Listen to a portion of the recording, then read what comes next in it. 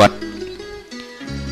รายการธรรมาภิวัตรจัดรายการโดยท่านพระอาจารย์สาธิตธีระปัญโยสถาบันธรรมาภิวัตรอำเภอแม่เมาะจังหวัดลำปางเป็นประจำทุกวันการเวลาตีสี่เกิ่งจนถึงเวลา7 โมงสำหรับวันนี้ท่านก็จะได้จัดรายการให้ญาติโยมได้รับฟังวันนี้เป็นวันการวันอังคารที่10เดือนพฤษภาคมพุทธศักราช2565เดือน8เหนือขึ้น10ค่ำพร่ำว่าเป็นวันอังคารเวลาตี4:28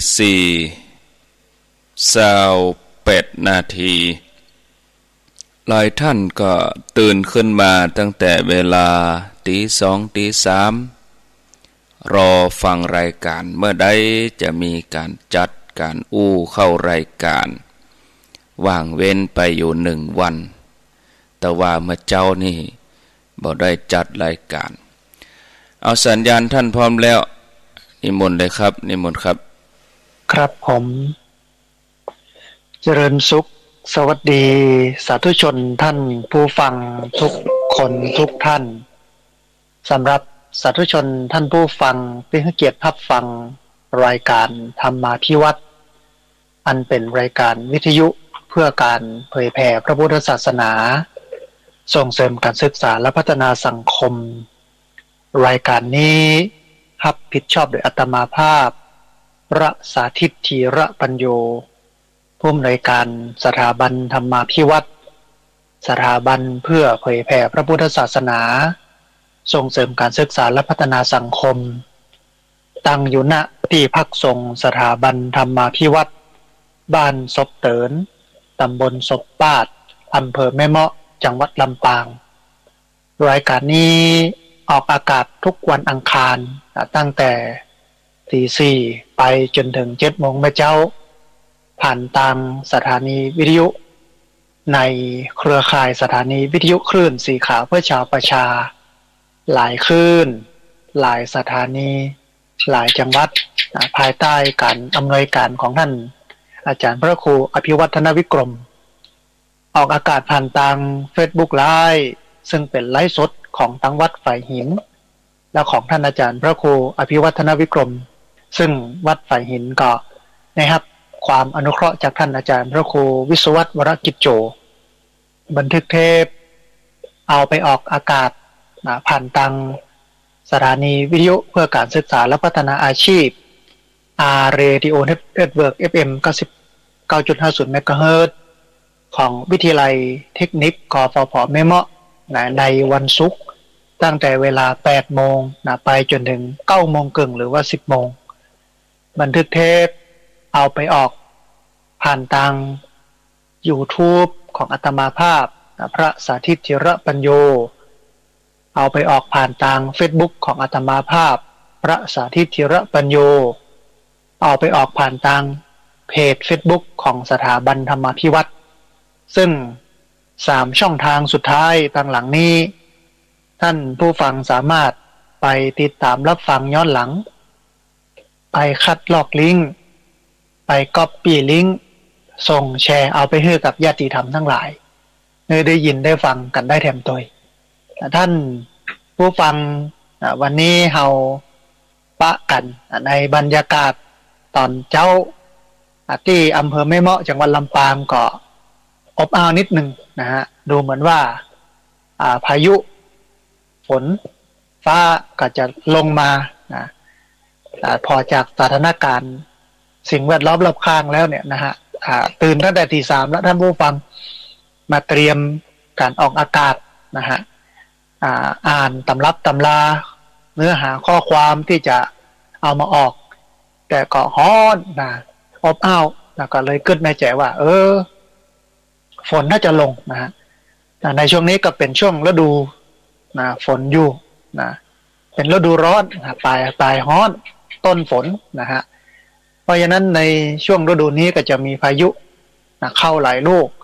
ท่านผู้ฟังท่านใดที่ มีบ้านมีจองนะใกล้กับห้วยนะใกล้กับดอยที่มันมีน้ำไหลเนี่ยมันต้องระมัดระวังเรื่องของน้ำป่าไหลหลากนะดินโคลนถล่มแล้วก็น้ำล้นตลิ่ง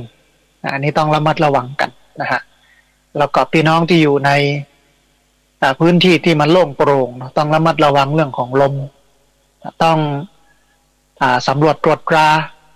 ป้องกันไว้ที่มันบัดแน่นกับขันให้แน่นจดตะปูหรือว่าเล็กกล เข้าไปให้มันแน่นมันหนานะฮะ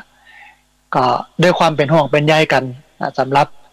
พี่น้องที่ติดตามรับฟังสถานีวิทยุคลื่นสีขาวเพื่อชาวประชานะฮะในเรื่องของโรคโควิด-19 ตอนนี้ก็รู้สึกว่าจะเข้าสู่ภาวะปกติมีการเสียชีวิตลดลงนะณขณะนี้ก็ประมาณ50มีคนติดก็ลดลงนะบักกี่พันนะฮะก็นับว่าอยู่ในภาวะของการควบคุมได้นะแต่ว่าท่านผู้ฟังเองก็ต้องระมัดระวังเนาะสำหรับผู้ที่สูงอายุผู้ที่มีโรคประจำตัวเรื้อรังแล้วก็ผู้ที่บ่ได้ฉีดวัคซีนต้องล้างมือด้วยเจลแอลกอฮอล์สวมแมสสวมหน้ากากอนามัยโซเชียลดิสเทนซิ่งอยู่ห่างกันนิดนึงบ่ใกล้บ่ไกลกันนักนะฮะมันก็จะปลอดภัยสำหรับโรคโควิด-19 ก็คิดว่าแฮมบ่เมินบ่นานอาจจะปีนี้นะฮะประเทศไทยก็คงจะผ่านพ้นภาวะวิกฤตนี้ไปแล้วก็จะมีเรื่องของการบ่ต้องใส่หน้ากากละอย่างเงี้ยนะฮะ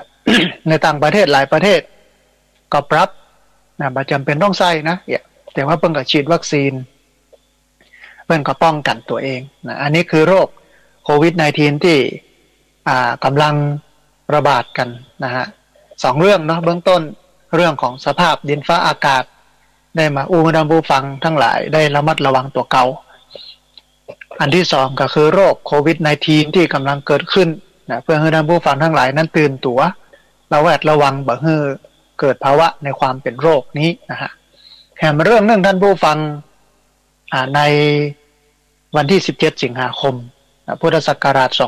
2565ที่จะถึงแถมหลายเดือนอยู่นะฮะประมาณสัก3เดือนก็จะเป็นงานครบรอบ10ปีนะที่พักสงฆ์สถาบันธรรมาภิวัตร1 ทศวรรษนะฮะ10ปีที่พักสงฆ์สถาบันธรรมาภิวัตรความดีความงามคุณค่าและความหมายต่อสังคมก็บัดนั้นในยังกระ10ปีแล้วนะท่านผู้ฟังเนาะในสมัยที่ท่านผู้ฟังได้มาร่วมกินร่วมทานศาลาก็บ่มีนะฮะ มีแต่อันมุงคานะมีกุฏิ2หลังห้องน้ำ2ห้องนะลำบากในเรื่องของการใช้ท่านผู้ฟังทั้งหลายมาร่วมให้ร่วมพร้อมกับสร้างก่อแปลงกันเรื่อยๆนะฮะขณะนี้ก็เติงเวลา10ปีแล้วนะก็เลยคิดก้อยว่าในเมื่อมัน10ปีก็ควรจะจัดงานทำบุญใหญ่นะขึ้นสักเพื่อให้เกิดการระลึกนึกถึงการสร้างการแปลงนะคุณค่าความหมายความดีความงามของสถาบันธรรมาภิวัตรหรือว่าที่พักสงฆ์สถาบันธรรมาภิวัตรต่อสังคมในงานก็ตอนเจ้าก็จะมีพระสงฆ์มาเจริญพระพุทธมนต์ในวันพุธที่17สิงหาคมนี่นะ2565เนี่ยตอนเจ้าก็จะนิมนต์พระสงฆ์จำนวน9 รูปนะฮะมาเจริญพระพุทธมนต์ที่ได้บันทึกชื่อไว้นะแล้วก็ได้นิมนต์ล่วงหน้ากันไปหลายรูปหลายตนหลายองค์ก็มีท่านอาจารย์พระครูสิริสุเมธากรเจ้าอาวาสวัดบ้านปงรองเจ้าคณะอำเภอรองจังหวัดแพร่มีท่านอาจารย์พระครูสุจินต์นันทกิจเจ้าอาวาสวัดโป่งคำเจ้าคณะอำเภอสันติสุขจังหวัดน่านมีพระอาจารย์ยงยุทธทีปโกเจ้าอาวาสวัดปางงุ้นจังหวัดแพร่มีท่านอาจารย์พระครูโสพลปริยัติผู้ช่วยเจ้าอาวาสวัดพระสิงห์วรมหาวิหารจังหวัดเชียงใหม่มีท่านอาจารย์พระครูอภิวัฒนวิกรมวัดปากตังเจริญเชียงใหม่มีอาจารย์พระครูมนูนกิตติชาเจ้าอาวาสวัดทุ่งกล้วยเจ้าคณะอำเภอแม่เมาะมีท่านพระมหายนพงศ์สัมปุนโน เจ้าอาวาสวัดหนองขวางจังหวัดลำพูนมีพระสมชาติชาตะปัญโยนะปรริญญาที่อุทยานธรรมสุนทรมุนีอำเภอเมืองจังหวัดลำปางมีพระชาวลิตทิตสัทโธเจ้าสำนักปฏิบัติธรรมนายังเหนืออำเภอศพปราบก็เก้ารูปนะมาเจริญพระพุทธมนต์ตอนเจ้าในตอนเมื่อเจ้าพระสงฆ์มาเจริญพระพุทธมนต์ก็มีการถวายปัจจัยพระสงฆ์เก้ารูปพร้อมทายธรรมนะปัจจัยที่จะถวายตอนนี้ได้กำหนดไว้กับกรรมการแต่ว่าวันซืนวันติดนะฮะกับประชุมกรรมการที่พักสงฆ์สถาบันธรรมาภิวัตรเพื่อเตรียมงานก็ตั้งไว้รูปละ 2,000 บาทจำนวน9รูปตอนนี้มีผู้ที่มีจิตศรัทธาได้ร่วมทำบุญมาก็มีแม่จันเรือนใสแม่อมราวงแหวนแม่เดือนเพ็ญทิมวาง3ท่านร่วมกันถวาย1รูปนะฮะแล้วก็รูปที่2มีคุณโยมบุษบาจันทิพย์รูปที่3มีคุณโยมพันนิตาพรหมมินทร์เรือแฮมประมาณ7รูปท่านผู้ฟังนะเพราะฉะนั้นระหว่างระยะเวลาที่ก่อนจะถึงวันที่17สิงหาคม2565เนี่ยก็ยังมีเวลาอยู่เนอะท่านไหนอยากจะมาร่วมบุญเป็นเจ้าภาพปัจจัยถวายพระสงฆ์รูปละ 2,000 บาทก็แจ้งชื่อแจ้งเสียงกันมานะฮะหลังจากปัจจัยถวายพระสงฆ์แล้วก็จะมีทายธรรมหรือว่าสังฆทานถวายกับรูปละ500 บาทจำนวน9รูปนะฮะที่ผู้เอิญเชิญชวนประชาสัมพันธ์กันไปก็ตอนนี้มีคุณโยมกันดาศรีเนตรแล้วก็น้องเบี้ยวรับสังฆทาน1รูปนะฮะแล้วก็มีคุณโยมบุญมีทิติภูลสวัสดิ์โยมป่อบุญมีทิติภูลสวัสดิ์อันนี้ก็1รูปนะฮะเหลืออยู่ประมาณ7รูปนะท่านผู้ฟัง7รูปเพราะฉะนั้นท่านไหนอยากจะมาเป็นเจ้าภาพปัจจัยทายธรรมถวายพระสงฆ์รูปละ500 บาทก็เหลืออยู่7รูปนะฮะก็เรียนเชิญเจริญพรเนาะก็ยังเวลายังมีแหมยาวอยู่นะฮะแหมอันหนึ่งก็คือเจ้าภาพกล้าไม้ที่จะเอาปลูกคือหลังจากที่พระสงฆ์เจริญพระพุทธมนต์เรียบร้อยแล้วก็จะใช้เวลามานักนะฮะในขั้นตอนของพิธีกรรมสงฆ์เนี่ยมาเน้นสวดนะ แต่เน้นเรื่องของการสร้างสรรค์ปัญญานะหลังจากที่พระเจริญพระพุทธมนต์แล้วเขาถวายปัจจัยถวายทายธรรมเรียบร้อยรับศีลรับปอนเรียบร้อยเนี่ยก็จะมูฟหรือว่าจะปาพี่น้องพุทธศาสนิกชนทั้งหมดเนี่ยไปที่ศูนย์เรียนรู้ธรรมวิถีสถาบันธรรมาภิวัตรซึ่งอยู่ด้านหลังจำนวน15 ไร่ซึ่งในเมื่อ 2-3 ปีที่แล้วท่านอาจารย์พระครูอภิวัฒนวิกรมก็พาญาติโยมมาร่วมทำบุญพระป่ากฐิน2 วันกฐินวันหนึ่งพระป่าวันหนึ่งก็มีปัจจัยซื้อที่แล้วก็สร้างกุฏิเรือนพักสามเณรตอนนี้เรียบร้อยละกับปั๊บตีใส่หัวลวดน้ำมาอย่างเรียบร้อยแล้วก็ตีมันโล่งเหมาะมากนะฮะก็เลยกึดก้อยว่าต้องเอาต้นไม้ที่มันบาพัดใบมาปลูกเพราะว่ากำเดียวถ้านักศึกษามหาวิทยาลัยเชียงใหม่สถาบันการศึกษาต่างๆรวมไปจนถึงสามเณรมาเข้าข่ายปฏิบัติธรรมซึ่งทุกปีนะโรงเรียนบาลีสาธิตศึกษาเนี่ยปามาปีละ100 รูปนะฮะทุกปีเลยเป็นร้อยเนี่ยนะฮะแล้วก็นักศึกษามหาวิทยาลัยเชียงใหม่คณะนั้นคณะนี้30-40 คนมาแหมน้อยหนึ่งเนี่ยถ้ามันเติบโตมันผลิดอกออกใบเนี่ยก็บ่ต้องได้ไปเอาเต็นท์ใหญ่มากางแล้วเอาเต็นท์น้อยไปกางในเต็นท์ใหญ่แหมกำละนะมันวุ่นวายก็เฮือไปกางพื้นต้นไม้ กางใต้ต้นไม้นอนพื้นต้นไม้ให้เลยนะก็เลยคิดว่าต้องเอาไม้ที่มันบพัดใบปลูกถึงเตื้อท่านผู้ฟังก็ต้องพอกอยสิ่งแวดล้อมอย่างหลายๆอย่างคือมันคุ้มค่าแล้วก็มองไปตั้งหน้าว่ามันจะได้ดอกได้ผลนะเอาไว้กินไว้ใช้ในสำนักก็เลยพอกอยถึงก้าลำไยอันหนึ่งละอันที่2ก้ามะยงชิด อันที่สามก้าลิ้นจีอันที่สี่ก้าบนห้องว่าแอปเปิลเมืองหรือว่าแอปเปิลสตาร์ประมาณสี่อย่างนี้นะต้นก้าละสาวนะก้าละสาวต้นเนี่ยเนาะก็เอาไปปลูกในที่ศูนย์เรียนรู้ธรรมวิถีสถาบันธรรมาภิวัตน์นะก็ที่ผ่านมาได้อู้เอิญเชิญชวนท่านผู้ฟังได้มาร่วมบุญเป็นเจ้าภาพกล้าไม้กล้าละ200 บาทก็มีอยู่ประมาณ14ท่านตอนนี้ที่จริงมีนักกว่านี้แต่ว่าตกหล่นไปวันนั้นที่ลำปางโยมแม่เปิ้นก็โอนมาละแต่ว่าลืมบันทึกชื่อเปิ้นไว้เดี๋ยวถ้าอย่างใดเนี่ยหลังจากจบรายการแล้วโยมแม่ที่ลำปางโทรเข้ามาแถมงำนึงมาแจ้งแล้วก็จะได้จดบันทึกชื่อไว้อันที่ผ่านมาได้อู้เอิญเชิญชวนญาติโยมได้มาร่วมบุญกันเป็นเจ้าภาพต้นไม้เนี่ยก็มีแม่คำเกื้อการุณวงศ์มีป้าหมออินทร์แม่จงดีเชื้อกันทามีแม่นิพามนเชียนมีคุณโยมพบคุณโยมกัลยาติแก้วมีแม่อัมภัยสิริมิตรกูลมีแม่เรนูบุญธรรมคุณโยมสศิธรปทุมเมธมีคุณปราณีปัญโยมีแม่จันเรือนใสแม่อมราวงแหวนแม่เดือนเพ็ญทิมวางแม่ธัญพรสุริยาแม่สาวลักษณ์แล้วก็คุณโยมจรเดวดอนคุณโยมจิราธรเฉียบแหลมก็ประมาณ14ท่านอยู่นะฮะเพราะฉะนั้นเรียนเชิญ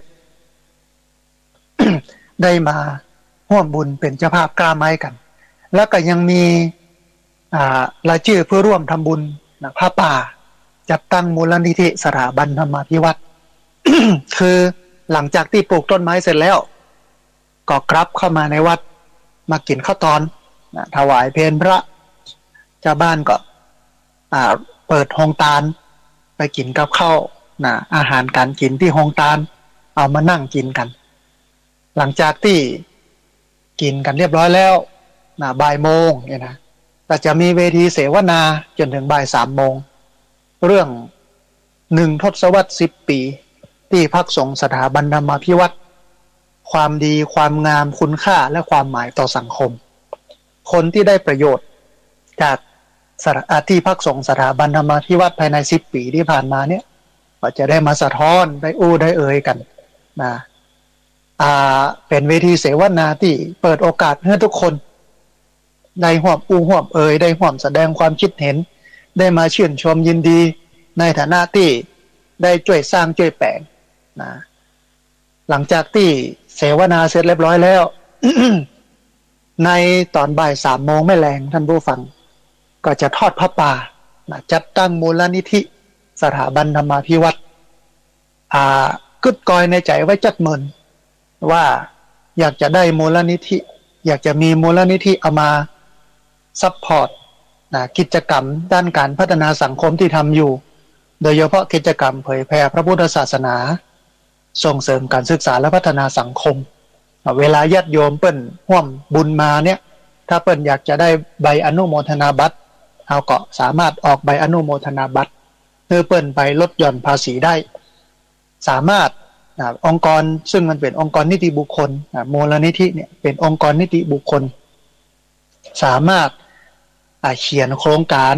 ไปของงบประมาณจากหน่วยงานต่างๆเช่นสำนักงานสนับสนุนการสร้างเสริมสุขภาพหรือสสส.สำนักงานหลักประกันสุขภาพหรือว่าสปสช.ได้เอามาทำกิจกรรมด้านสุขภาพด้านการเรียนการศึกษาด้านผู้ป่วยผู้สูงอายุผู้พิการผู้ด้อยโอกาสด้านสิ่งแวดล้อมใน 7-8 ด้าน 9 ด้านทำได้อย่างมีประสิทธิภาพนักขึ้นก็เป็นระบบนักขึ้นเพราะว่ามูลนิธิเนี่ยปีหนึ่งเนี่ยเพิ่งก็จะต้องสรุปการเงินว่าได้มาต่อใดจ่ายไปต่อใดต้องส่งกระทรวงมหาดไทยมันจะทำให้เกิดความเป็นระบบนักขึ้นความน่าเชื่อถือความโปร่งใสได้สูงขึ้นแล้วก็จะเป็นองค์กรที่คอยซัพพอร์ตการทำงานด้านนี้ โดยเฉพาะเรื่องการสร้างวัดสร้างวาโดยขาดเหลือยังได้แปลงโน้นแปลงนี้โยมบริจาคเข้ามูลนิธิแล้วก็เอาเงินมูลนิธิเนี่ยที่โยมบริจาคเนี่ยมาสร้างเสร็จแล้วก็สรุปยอดเงินว่าได้มาตัวอี้ใช้ไปตัวอี้เนอะเหลือตัวอี้เนอะขาดตัวอี้เนอะนี่นะฮะกึดในใจไว้จักหมื่นนะแต่ว่าเอาละจะตั้งเก้ากันในวันที่17 สิงหาคม 2565ที่ผ่านมาก็มีญาติโยมได้ร่วมบริจาคได้ร่วมบุญกันมาบอกว่าจะเป็นครอบครัวสารพีอำเภอดอยสะเก็ดจังหวัดเชียงใหม่มีคุณโยมจิราธรเฉียบแหลมมีคุณโยมณปภัทรปัญญาสิริกุลมีคุณโยมพนมจอมอินตาคุณโยมอัมพิกาวงวังคุณโยมมิลินคุณโยมเครือมาศสามเณรแรงหานสามเณรพระณัฐพงศ์แล้วก็คุณโยมสัญญาเพราะฉะนั้นท่านผู้ฟังท่านใดจะร่วมทำบุญอันไหนบอกว่าจะเป็นบุญเจ้าภาพปัจจัยถวายพระสงฆ์รูปละ 2,000 บาทตอนนี้ก็เหลืออยู่ประมาณสัก6รูปนะฮะ6รูปทายธรรมถวายแก่พระสงฆ์รูปละ500 บาทก็เหลืออยู่ประมาณ7รูปนะฮะแล้วก็เจ้าภาพกล้าไม้ การะ200 บาทอันนี้บาจำกัดนะฮะแล้วแต่จะร่วมมาต่อใดก็ได้ถ้าได้นักก็ซื้อนัก ถ้าได้น้อยก็ซื้อน้อยนะรวมไปจนถึงผ้าป่าจัดตั้งมูลนิธิสถาบันธรรมาภิวัตรก็สามารถมาร่วมบุญกันได้อันนี้ก็ผู้เอิญเชิญชวนท่านผู้ฟังได้มาร่วมบุญกันแล้วก็รวมถึงได้มาออกโฮงทานเลี้ยงญาติโยมที่มาร่วมกินร่วมทานกันในวันที่17 สิงหาคม 2565ตอนนี้ก็มีญาติโยมได้เอ่ยมาละว่าจะไปร่วมเป็นเจ้าภาพโฮงทานด้วยเนอะแต่ก็ยังบ่ได้ลงชื่อเตื้อเพราะว่ามันยังไกลอยู่ยังเห็นหลายเดือนนะฮะแล้วก็แต่ว่าวันซืนก็คือวันอาทิตย์ก็ได้ป้ายไวนิวมาประมาณ4ป้ายก็จะเอาไปติดในอำเภอแม่เมาะนะฮะชื่อญาติโยมพุทธศาสนิกชนบ้านใกล้เรือนเคียงเนี่ยได้รับทราบได้มีศรัทธาได้มาร่วมบุญกันนะประมาณสัก4ป้ายนะฮะใหญ่ๆนะอันนี้ก็เป็นงานบุญท่านผู้ฟังที่เอามาเล่าให้ท่านผู้ฟังทั้งหลายได้ฟังกันก็ยังแหมเมินอยู่เนอะในวันพุธที่17 สิงหาคม 2565งานทำบุญครบรอบ1 ทศวรรษ 10 ปีที่พักสงฆ์สถาบันธรรมาภิวัตรความดีความงามคุณค่าและความหมายต่อสังคมจัดกันที่พักสงฆ์สถาบันธรรมาภิวัตรบ้านศพเตินตำบลศพปาดอำเภอแม่เมาะจังหวัดลำปางในวันนั้นก็จะมีญาติโยมหลากหลายคณะหนึ่งก็จะเป็นคณะของสมาชิกวุฒิสภาหรือว่าสวท่านประธานคณะกรรมาธิการเด็กเยาวชนครอบครัวผู้สูงอายุผู้ด้อยโอกาสผู้พิการของวุฒิสภาครูหยุยวันลบตังคณานุรักษ์ก็จะปาคณะวุฒิสภามาประมาณสัก10 ท่านมาร่วมงานตัวนี่ต้องอนุโมทนาแล้วก็แขกผู้หลักผู้ใหญ่ในจังหวัดลำปางพุทธศาสนิกชนญาติธรรมทั้งหลายก็มาร่วมบุญกันพี่น้องที่อยู่ลำปางนั่นผู้ฟังที่ติดตามรับฟังกันอยู่เนอะเอามาร่วมกันเป็นเจ้าภาพโฮงทานเราอยู่ใกล้เราอยู่ในลำปางกลับมาร่วมกันเป็นเจ้าภาพโฮงทานมาเลี้ยงพี่น้องที่มาจากหลายทิศหลายทางที่จะมาร่วมบุญกันบอกว่าจะเป็นพี่น้องเชียงรายพี่น้องเมืองน่านละปูนเชียงใหม่เมืองแพร่พะเยานะฮะที่ได้ติดตามรับฟังกันอยู่เพิ่งก็จะมากันเพราะฉะนั้นเอาในฐานะที่เป็นเจ้าภาพจะเป็นคนลำปางนี่เนาะก็มาเปิดโฮงทานเลี้ยงกันนะฮะอันนี้ก็อู้เอ่ยกันให้ท่านผู้ฟังทั้งหลายได้ยินได้ฟังทีนี้ท่านผู้ฟังมาถึงเรื่องสำคัญที่จะอู้เอ่ยท่านผู้ฟังได้ให้ได้รับฟังกันในวันนี้เบื้องต้นก็ได้เกริ่นถึงเรื่องของสภาพดินฟ้าอากาศได้เกริ่นกันถึงเรื่องของโควิด -19 หรือว่าโควิด -19 ได้เกริ่นกันถึงเรื่องของงานครบรอบ1 ทศวรรษ 10 ปีที่พักสงฆ์สถาบันธรรมาภิวัตรซึ่ง จะจัดกันในวันที่17 สิงหาคมพุทธศักราช2565เป็นที่เสร็จสิ้นเรียบร้อยละนะทีนี้มาถึงเนื้อหาสาระธรรมะที่จะเอามาอู้เอ๋ยท่านผู้ฟังทั้งหลายได้ฟังกันไปจนถึงประมาณสัก6 โมงน้อยๆนะ6 โมงประมาณสัก10 นาทีแล้วก็แหม50 นาทีในท้ายรายการก็จะเปิดสายเพื่อท่านผู้ฟังที่ฟังอยู่ทางบ้านนะได้โทรเข้ามาร่วมเอ่ยกันได้โทรเข้ามาแสดงความคิดเห็นกันโทรเข้ามาถามคำถามโทรเข้ามาเช็คสัญญาณว่าที่นั่นที่นี่ชัดบ่ชัดอย่างไรซึ่งเช้านี้หลายคลื่นหลายสถานีหลายจังหวัดอาจจะบอกค่อยชัดนะเพราะว่าพายุเข้านะเพราะว่าลำปางกันนั้นเนี้ยตะกี้ก็ได้ยินฟ้าห้องอยู่นะ ที่อำเภอแม่เมาะจังหวัดลำปางเนี่ยฟ้าห้องเมื่อเช้าก็น่าจะแหมสักกำหนึ่งก็น่าจะลงมาละฝนนะฮะพายุก็น่าจะเข้านะลมฝนก็น่าจะลงมาตอนนี้ก็อบอ้าวอยู่พอสมควรนะฮะมาถึงเรื่องราวที่เป็นข่าวในสังคมท่านผู้ฟังณขณะนี้เวลานี้ที่กำลังเป็นที่วิพากษ์วิจารณ์ของผู้คนทั้งหลายเนี่ยก็คือเรื่องของลัทธิพระบิดาที่มีอยู่ในสังคมไทยซึ่งมันก็บ่แปลกนะท่านผู้ฟังมันบ่แปลกที่จะเกิดขึ้นอย่างอี้นะเนี่ยอย่างถึงว่าบ่แปลกเดี๋ยวจะเล่าให้ฟังลัทธินี้เนี่ยเจ้าลัทธิเป็นคนเฒ่าอายุ70 กว่านะซึ่งที่จริงก็น่าเริ่มใส่ศรัทธาแล้วก็เคยบวชมานะเมื่อปี39นะฮะ39อย่างเนี้ยนะบวชมาสัก 4-5 พรรษาแล้วก็ลาสิกขาไปตอนที่ได้ทราบข่าวเนี่ยบ่ได้ซึกกับไผนะก็เลยกลายเป็นนุ่งห่มฤาษีเป็นฤาษีไปเหียเนี่ยก็ไปอยู่ที่ชัยภูมิหั่นนะก็สั่งสอนแนะนำนะญาติโยมเอาไปเอามาก็เป็นเรื่องของความเชื่อที่มันน่าวิตกนะในช่วงโควิดที่ผ่านมาเนี่ย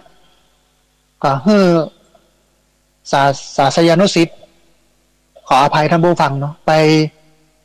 รับประทานไปดื่มไปกินขี้ใครพ่องวะสเลดพ่องฉี่หรือว่าปัสสาวะพ่องแล้วก็มีศพตั้งอยู่ในสำนักนั่นประมาณสัก11 ศพซึ่งเบื้องต้นเนี่ยบ่สามารถจะเอาหลักฐานมาพิสูจน์เจ้าหน้าที่ได้รู้ได้หันว่าเป็นไผที่ไหนตั้งใดนี่นะฮะแต่5 ศพเนี่ยก็มีหลักฐานที่เสียชีวิตอย่างนี้นะฮะรวมไปจนถึงน้ำเหลืองจากศพตัวเอามาลูบไล่ผิวหนังเบิ้งผิวหนังมันเหี่ยวแห้งอย่างเงี้ยนะเอามาบอกว่าเอาไปกินตะคอยก็หมอปลานะก็เข้าไปทลายเข้าไปจัดการนะตอนนี้ก็ประกันตัวออกมาละนะฮะแล้วก็ทางจังหวัดก็จะสั่งรื้อสำนักนะฮะเพราะว่ามันอยู่ในป่าสงวนแล้วก็มีข้อหาเรื่องของศพแล้วก็เรื่องของสาธารณสุขเรื่องโรคติดต่ออย่างมูลนิธินะฮะก็เป็นที่จะเอามาเป็นหัวข้อที่อู้กันในวันนี้ที่จริงสังคมไทยก็บ่มเพราะคนอย่างเงี้ยมานักนะแล้วก็ยังมีแหมอยู่นะสำนักเจ้าทรงองค์ผีสำนักเสด็จพ่อเสด็จแม่สำนักอะไรอย่างที่มันอัศจรรย์พันลึกอิทธิฤทธิปาฏิหาริย์ดลบันดาลให้คนได้เชื่อถือกันเนี่ยเพราะสังคมไทยออกแบบมาอย่างนี้บางสำนักก็เกี่ยวพันกับพุทธศาสนาพ่องบางสำนักก็เกี่ยวพันกับเทพกับผีพ่องบางสำนักก็บ่เกี่ยวกันนะแต่ในกรณีลัทธินี้เนี่ยจะอ้างว่าเป็นพุทธศาสนานี่บ่ใช่เป็นนอกลัทธิศาสนานะฮะบ่ใช่พุทธนะแต่คนนับถือแต่ก่อนก็เป็นพุทธบ่เดียวกับเปลี่ยนไปเป็นลัทธินี้เองนะฮะมันเป็นเพราะว่าเฮายังเชื่อถึงความอัศจรรย์อิทธิฤทธิปาฏิหาริย์กันดลบันดาลต้องบอกท่านผู้ฟังก่อนว่าพระพุทธเจ้าปฏิเสธสิ่งเหล่านี้โดยสิ้นเชิงนะในสมัยพุทธกาลเนี่ยศาสนาพราหมณ์เนี่ยศาสนาฮินดูเนี่ยมีเทพเจ้ามีผู้ดลบันดาลมีผู้สร้างโลกนะที่ยิ่งใหญ่แล้วก็หลายผู้หลายองค์บอกว่าจะเป็นเจ้าพ่อนั้นเจ้าแม่นี้เองนะ นักพุทธศาสนาหรือว่าพระพุทธเจ้าหันอย่างอี้แล้วเนี่ยพุทธเจ้ากับปฏิเสธคือบ่เอากับการดลบันดาลอิทธิฤทธิปาฏิหาริย์เพราะว่าเพิ่นบอกว่ามันไม่มีจริงนะถึงมีจริงมันก็บ่สามารถจะช่วยอย่างเขาได้ที่จริงถ้าช่วยได้เนี่ยก็ประเทศอินเดียเนี่ยก็คงเจริญรุ่งเรืองไปจัดเหมือนแล้ว คงบ่เป็นอย่างเงี้ยนะอินเดียนี่จนที่สุดก็อยู่ที่หั่นนะรวยที่สุดก็อยู่ที่หั่นน่ะตุกที่สุดบ่มีกินก็อยู่ที่หั่นรวยร่ำรวยที่สุดก็อยู่ที่หั่นลวกที่สุดก็อยู่ที่หั่นง่าวที่สุดก็อยู่ที่หั่นแล้วก็เป็นประเทศที่มีศาสดาในศาสนานี่นักนะเฮาพระพุทธเจ้าได้เห็นดังนั้นเนี่ยก็เลยปฏิเสธว่าเทพเทวาทั้งหลายบ่สามารถจะช่วยให้มนุษย์นั้นได้อยู่ดีมีสุขได้แล้วก็ในพระไตรปิฎกเนี่ยบ่ได้เจาะจงหรือบ่ได้มุ่งไปติดขอไปติให้พุทธศาสนิกชนไปมุ่งขอความช่วยเหลือจากเทพจากผีจากเทพเจ้าบ่มีนะฮะมุ่งที่ตัวเก่านี้มาสร้างที่ตัวเองมาพัฒนาที่ตัวเองเพราะตราบใดที่เฮาไปโทษว่าความสุขความทุกข์ของเฮาเนี่ยเกิดจากเทพเจ้าดลบันดาลเนี่ยนะเฮาก็จะต้องไปบวงสรวงต้องไปเลี้ยงผีนี่นะแล้วก็มาได้แก้พฤติกรรมที่เป็นปัญหาแต่ถ้าเฮามองว่าปัญหามันเกิดจากตัวเฮารู้นี่เฮาก็จะมุ่งมาแก้ที่ตัวเฮาแล้วก็จะมั่นใจว่าชีวิตเฮาเนี่ยมันดีมันชั่วมันประสบเหตุประสบกรรมมาอย่างนี้ก็เพราะเกิดจากพฤติกรรมของเฮาในอดีตและในปัจจุบันมุ่งมาที่การพัฒนาตัวเองพุทธศาสนามุ่งหวังอย่างที่ท่านผู้ฟังคือปฏิเสธลัทธิอิทธิฤทธิปาฏิหาริย์ดลบันดาลเสกเป่าโดยสิ้นเชิงแต่ว่าวันนี้สังคมไทยมันถูกหล่อหลอมไปด้วยพราหมณ์ด้วยผีด้วยพุทธเพราะศาสนาผี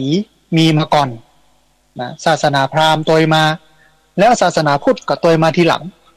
ก็เลยเป็นสามเศร้าผีพราหมณ์พุทธผสมปนเปกันเอาเข้าเนี่ยผีพราหมณ์พุทธมันชนะพุทธนะท่านผู้ฟัง มันกลืนกินพระพุทธศาสนาไปเรื่อยกัดก่อนจนกระทั่งที่บ่เหลือเป็นพุทธแท้ในงานพิธีกรรมประเพณีวัฒนธรรมอย่างต่างๆเนี่ยเขาสังเกตถ้ามันบ่ตั้งอยู่บนฐานของศีลสมาธิปัญญานะมันบ่ใช่พุทธละมันเป็นข้อสังเกตง่ายๆตัดสินกันง่ายๆขึ้นบ้านใหม่ถ้ามันบ่มีศีลเกิดขึ้นบ่มีสมาธิเกิดขึ้นบ่มีปัญญาเกิดขึ้นอันนี้แน่นอนว่าเป็นผีเป็นพราหมณ์ไปละงานแห่พระป่าเข้าวัดก็เหมือนกันถ้ามันบ่มีศีลบ่มีสมาธิบ่มีปัญญาเป็นฐานของมันเนี่ยมันก็เป็นผีเป็นพราหมณ์ไปละอย่างนี้เป็นต้นนะพุทธศาสนานี่เป็นศาสนาของเหตุและผลท่านผู้ฟังพระพุทธเจ้าสอนให้มนุษย์สร้างเหตุเพื่อที่จะเอาผลเพราะว่าเหตุเกิดผลมาจากเหตุนำไปสู่ผลถ้าสร้างเหตุดีผลก็ดีสร้างเหตุชั่วผลก็ชั่วมันเป็นอย่างนั้นปลูกมะพร้าวก็ได้มะพร้าวปลูกมะพร้าวเนี่ยมันจะออกมาเป็นมะม่วงนี่มันบ่ได้มันก็เป็นมะพร้าว ปลูกมะม่วงก็ออกเป็นมะม่วงเนี่ยมันบ่ออกมาเป็นมะพร้าวแน่นอนมันเป็นสัจธรรมอย่างนั้นสอนเรื่องเหตุผลสอนเรื่องของการเพิ่มตัวเก่าพัฒนาตัวเองเพราะว่าพระพุทธเจ้าเนี่ยหือหันแล้วจากปุถุชนคนธรรมดาที่หนาไปด้วยกิเลสเป็นเจ้าชายหรออยู่ในพระราชวังมีสิ่งมอมเมาอย่างนักหนาจารีพระองค์ก็เลยหนีพลักสิ่งเหล่านั้นออกไปมาแสวงหาความสุขสงบทางจิตใจจนได้บรรลุอนุตตรสัมมาสัมโพธิญาณถ้าเมื่อเอาหันว่าจากคนธรรมดานี่กลายเป็นสัมมาสัมพุทธะได้ก็ย้อนการฝึกตัวเก่าบ่มีอิทธิฤทธิปาฏิหาริย์ดลบันดาลเสกเป่าใดๆทั้งสิ้นพุทธศาสนาปฏิเสธสิ่งเหล่านี้แต่ว่าวันนี้เนี่ยพระเองนี่แหละนะเป็นตัวที่ดึงเอาสิ่งเหล่านี้มาเอามาตั้งไว้ในวัดนะในวัดมีพระพุทธรูปก็ตั้งชื่อให้เปิ้นวิเศษวิโส เฮอโยมเชื่อว่าพระพุทธรูปนั้นสามารถดลบันดาลอิทธิฤทธิปาฏิหาริย์ได้ซึ่งที่จริงผิดหลักการพระพุทธศาสนานอกจากพระพุทธรูปแล้วเอาไอ้อย่างต่างๆมาไว้ในวัดนะไอ้ไข่มาตั้งไว้ในวัดเสกเป่าโดนบันดาลให้ร่ำรวยตอนนี้ไอ้ไข่เริ่มจางไปละตอนนี้มียักษ์มาแทนท้าวเวสสุวรรณมาแทนเอาไปตั้งไว้ในวัดอันไหนดังอันไหนที่มันเป็นกระแสการตลาดของผู้คนที่พยายามเนี่ยวัตถุมงคลออกมาเพื่อก็จะโปรโมทการตลาดออกมาพระเองก็ไปหลงไปกับกระแสก็เอามาตั้งไว้ในวัดเทพนั้นเทพนี้เจ้าแม่กวนอิมเจ้าป่อนั้นตั้งไว้แต่วัดหมดกลายเป็นว่าไปวัดแทนที่จะไปสงบจิตใจแทนที่จะไปศึกษาธรรมะวัดก็เลยกลายเป็นแหล่งท่องเที่ยววัดก็เลยเป็นแหล่งสักการะบูชาสิ่งศักดิ์สิทธิ์ซึ่งมันหอกพระพุทธศาสนาพระเจ้าเพิ่นบ่ได้ให้เป็นวัดเป็นอย่างนั้นแต่วัดเป็นเครื่องเป็นสถานที่ฝึกตัวเก่าฝึกหัดพัฒนาจิตใจสมาธิให้มีศีลให้มีสมาธิให้มีปัญญานะอันนี้คือพระเองก็เป็นตัวที่ดึงโยมออกจากพุทธนะฮะพิธีกรรมก็เหมือนกันนะกลายเป็นว่าเดี๋ยวนี้ความเป็นพุทธบ่เหลืออาตมาภาพได้บอกกับญาติโยมว่าทุกครั้งที่ไปประกอบพิธีกรรมเนี่ยไปสวดมนต์เนี่ยอึดอัดเพราะว่ามันนอกจากพุทธมันกลายเป็นพิธีกรรมนะฮะมันกลายเป็นผีเป็นพราหมณ์เข้ามาแทรกถ้าเอาพุทธจริงๆมันบัดได้ยุ่งอะไรยังขึ้นบันไดเนาะบางคนเตรียมเครื่องสืบชะตาเนี่ยอันนั้นการสืบชะตากับบัจเจพุทธมันนอกพุทธศาสนาถ้าเป็นพุทธจริงเนี่ยมันเรียบง่ายนะมันบรรลึกลับแต่เฮาเนี่ยชอบความลึกลับแต่บ่ลึกซึ้งพุทธศาสนาลึกซึ้งแต่ไม่ลึกลับนะท่านผู้ฟังนะมันลึกซึ้งแต่ไม่ลึกลับแต่คนประเดียวเนี่ย ชอบความลึกลับแต่บ่ลึกซึ้งที่จริงเฮานับกันก็ได้นะเอามาตั้งแต่จตุคามรามเทพแล้วประเดียวนี้จตุคามอยู่ไหนอะทั้งที่ศักดิ์สิทธิ์แต่ประเดียวเนี่ยแล้ววันก่อนออกข่าวเอาไปขว้างเหี้ยข้างทางกองอยู่ข้างทางท่านจตุคามเพราะบ่มีกล้ามีศีลมันบ่สามารถจะโปรโมทให้คนมาซื้อได้แล้วนะลองมากับตุ๊กตาลูกเทพตอนนี้ไปไหนบ่ฮู้แล้วนะลองมาก็เป็นอย่างไอ้ไข่ตอนนี้ก็เริ่มจางไปแล้วลองมากับตอนนี้กำลังดังก็คือท้าวเวสสุวรรณคนก็ไปแสวงหาเวลาเปิ้นจุให้ซื้อนะเวลาเปิ้นมีการตลาดเปิ้นเก่งในเรื่องการตลาดเจ้าบ้านก็งมงายเพราะฉะนั้น ด้วยเหตุปัจจัยนี้ท่านผู้ฟังวันนี้ก็เลยพาท่านผู้ฟังมาเรียนรู้พุทธศาสนาที่มันเป็นแก่นฐานของพุทธศาสนาเนี่ยมันตั้งบนศีลสมาธิปัญญามันศีลเนี่ยเป็นเครื่องมือฝึกหัดพฤติกรรมสมาธิเป็นเครื่องหัดฝึกหัดจิตใจปัญญาเป็นเครื่องมือ ฝึกหัดกำกึดฐานของเฮาเนี่ยก็คือศีลสมาธิปัญญาเป็นเครื่องมือฝึกตัวเก่าอย่างเช่นการฮื้อตาลก็เพื่อที่สละความโลภบัดใจเพื่อโลภต่อเวลาใส่บาตรเวลาถวายสังฆทานเวลาเนี่ยอย่างที่เป็นการฮื้อคนอื่นมันฝึกตัวเก่าฮื้อเป็นคนเสียสละบ่ฮื้อเป็นคนตนีทีเหนียวบ่ฮื้อเป็นคนห่วงแหนทรัพย์สินเงินทองอันนี้เป็นลักนะฮะส่วนจะอุทิศให้ใครนะมันเป็นเรื่องรองแต่ประเดี๋ยวเนี่ยก็มุ่งตรงไปที่อุทิศตัวเจ้าจะได้ฉันกับเตื้อก็ต้องมีผีเป็นข้ออ้างถ้าบัดดาลให้ผีตายเนี่ยตัวเจ้าก็ไม่ได้ฉันทั้งนี้ในสมัยพุทธกาลเนี่ยคนเปิ้นเอาไปถวายพระพุทธเจ้าทายธรรมกับข้าวกับป่าไปถวายเปิ้นบ่ได้อุทิศให้ไผนางวิสาขาหิ้วกับข้าวเข้าไปในวัดเอาไปถวายก็เพื่อให้พระได้ฉันมุ่งตรงไปที่ตัวพระอันเนี้ยมันบริสุทธิ์แท้เหรอเอาเรื่องอุทิศกับทีหลังว่าอุทิศเฮือนั้นเฮือนี้ก็เป็นทีหลังแต่ว่ามุ่งตรงไปที่พระเพื่อนได้ฉันแต่ประเดี๋ยวเนี่ยเฮามาฉันกับผีนะพระไปกินกับผีถ้าบ่มีผีนะพระบ่ได้กินสังเกตจาก วันสำคัญทางด้านพระพุทธศาสนา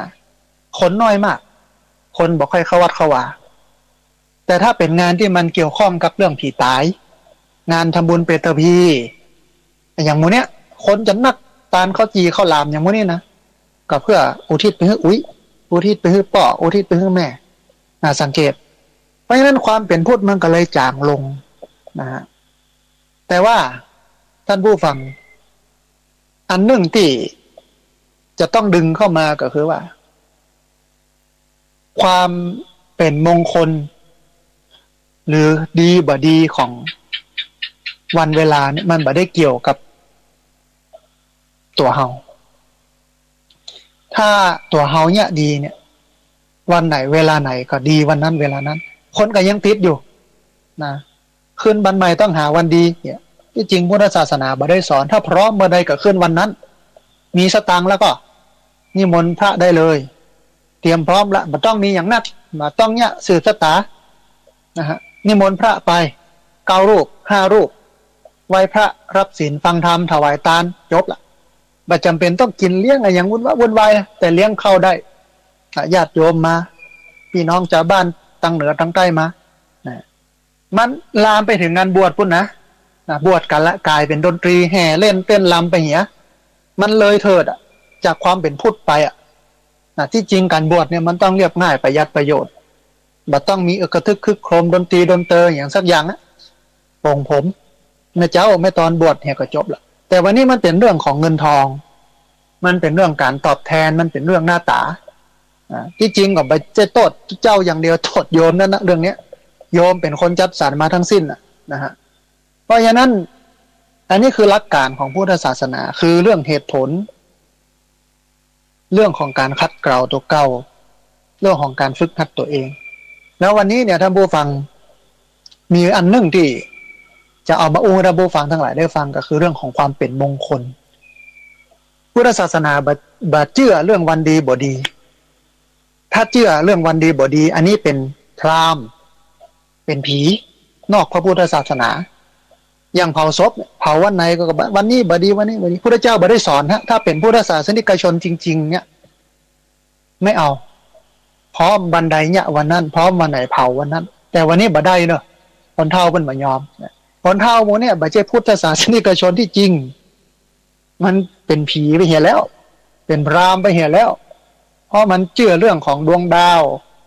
เรื่องของคฤตนะซึ่งบ่ใช่พุทธถ้าพุทธแท้เนี่ยดีชั่วอยู่ที่ตัวทำสูงต่ำอยู่ที่ทำตัวพระเจ้าตรัสชัดเจนนะว่าวันไหนเวลาไหนถ้าทำความดีวันนั้นเวลานั้นก็เป็นความดีเป็นมงคลนะเป็นเรื่องที่ดีเป็นฤกษ์ดีวันดียามดีวันไหนเวลาไหนถ้าทำบ่ดีทำชั่ววันนั้นเวลานั้นเลิกนั้นก็เป็นชั่วดีบ่ดีนี่มันอยู่ที่พฤติกรรมลูกท่านผู้ฟังบ่ได้อยู่ที่วันเวลาบ่ได้ที่อยู่ที่ดวงดาวเลขหมายอย่างต่างๆเพราะฉะนั้นก็เลยเอาเรื่องของมงคลละสูตรมาอูท่านผู้ฟังทั้งหลายเพื่อได้ยินได้ฟังกันในคำหนึ่งนะเพื่อให้เกิดความชัดเจนว่าความเป็นมงคลนั่นในพระพุทธศาสนามี38อย่างและเขาสร้างมันขึ้นมาได้ถ้านอกเหนือจาก38นี่ก็มาเป็นมงคลละนะถ้าจะให้เกิดความเป็นสิริมงคลเนาะเพิ่นว่ากันนะก็ต้องเอา38อย่างเนี้ยไปปฏิบัติใจในชีวิตประจำวันนะท่านผู้ฟังมงคลละสูตรเนี่ยเป็นพระสูตรสำคัญบทหนึ่งในพุทธศาสนาเถรวาทเพราะว่ามีเนื้อหาแสดงถึงการปฏิเสธมงคลภายนอกฟังเนื้อดีนะมันมีเนื้อหาแสดงถึงการปฏิเสธมงคลภายนอกที่นับถือเหตุการณ์หรือว่าสิ่งต่างๆว่าเป็นมงคลหรือว่ามีมงคลนะบางคนก็เอาอิฐดินหินปูนมาเนี่ยเป็นพระถือว่าเป็นมงคลนะที่จริงมันเป็นสัญลักษณ์คือระลึกนึกถึงความเป็นมงคลบ่ได้อยู่ที่ปลุกเสกบ่ใช่อยู่ตัดหั่นนะฮะพระเองก็ต้องทำให้เรื่องนี้มันชัดนะแต่พระสอนโยมมันแหมเพิกเรื่องเอาพราหมณ์เอาผีมาสอนบ่ได้เอาพูดมาสอนโยมก็เลยไปไกลจนถึงไปลัทธินอกศาสนาไปเลยที่มันเป็นข่าวกันเนี่ยนะฮะเพราะฉะนั้นในทัศนพุทธศาสนาเนี่ยมงคลของมนุษย์ แล้วก็เทวดาเนี่ยย่อมเกิดจากการกระทำซึ่งมันเป็นมงคลภายในคือต้องทำความดีแล้วก็ความดีนั่นน่ะจะเป็นสิ่งที่ฮ้องว่ามงคลเองโดยบ่ต้องไปอ้อนวอนกราบไหว้ขอมงคลจากนอกตัวทำตัวให้เป็นมงคลมันจะเป็นมงคลเองนะทำตัวให้เป็นมงคลมันจะเป็นมงคลเองบ่ต้องไปอ้อนวอนบ่ต้องไปร้องขอ บ่ต้องไปสักการะบูชากราบไหว้ไผแม้แต่พระพุทธรูปเฮากราบพระพุทธรูป ถ้าเฮากราบว่าพระพุทธเจ้านี่เป็นต้นแบบของการฝึกตัวเก่าดูนี่จากปุถุชนคนธรรมดากลายเป็นสัมมาสัมพุทธะโดยแนวด้วยคำสอนนี้เขาก็จะปฏิบัติตามคำสอนเอาพระพุทธองค์เป็นแบบอย่างอันนี้คือกราบถูกต้องแต่ว่าไปกราบพระพุทธรูปและอธิษฐานขอให้โดนบันดาลมีสุขมีทุกข์นะอย่างนั้นอย่างนี้เนี่ยเขาก็เป็นพราหมณ์ไปแล้วในตัวละเกินหนึ่งนะเพราะฉะนั้นกราบพระพุทธรูปคือถูกโดยการสร้างความเป็นมงคลให้เกิดขึ้นภายในตัวเขานะบาอาศัยมงคลที่มาจากภายนอกท่านผู้ฟังมงคลชีวิตพระสัมมาสัมพุทธเจ้าทรงแสดงหลักมงคลละสูตรเนี่ยไว้ซึ่งก็มีอยู่ประมาณ10หมวดนับเป็นรายการได้38รายการ10หมวด38รายการนะมงคลของชีวิตมีอยู่10หมวดนับรายการได้38รายการในพระสูตรมงคลของพระพุทธเจ้าบ่ได้ยึดติดวัตถุบ่ได้เอาวัตถุมาเป็นมงคลบ่เอาพระพุทธรูปบ่เอาเจดีย์บ่เอาวิหารบ่เอาอย่างนี้มาเป็นมงคลแต่ยึดถือการปฏิบัติฝึกฝนตัวเก่าซึ่งมีอยู่38อย่างทั้งหมดจำแนกได้ดังต่อไปนี้นะฟังก็ดีท่านผู้ฟังเราจะให้ชีวิตเราเป็นมงคลเราต้องบัญญัติ38นี้38ข้อนี้ถ้าบัญญัติ38ข้อนี้มงคลก็บ่เกิดจะไปไหว้ไปสาจะไปกราบไปขอจากที่อื่นตั้งไกลมากบ่ได้ประโยชน์สักอย่างบ่เป็นมงคลแต่ว่ามงคลจะเกิดได้ก็ต่อเมื่อเราปฏิบัติเมื่อปฏิบัติและมงคลมันจะเกิดหมวดที่1ท่านผู้ฟังมี3ข้อข้อแรกบ่คบคนพาลข้อ2คบบัณฑิตข้อ3บูชาบุคคลที่ควรบูชาบูชาบุคคลที่ควรบูชาอันนี้คือหมวดที่1นะคบบ่คบคนบ่ดีบ่คบคนพาลคือบ่คบคนที่บ่มีศีล5บ่ละอบา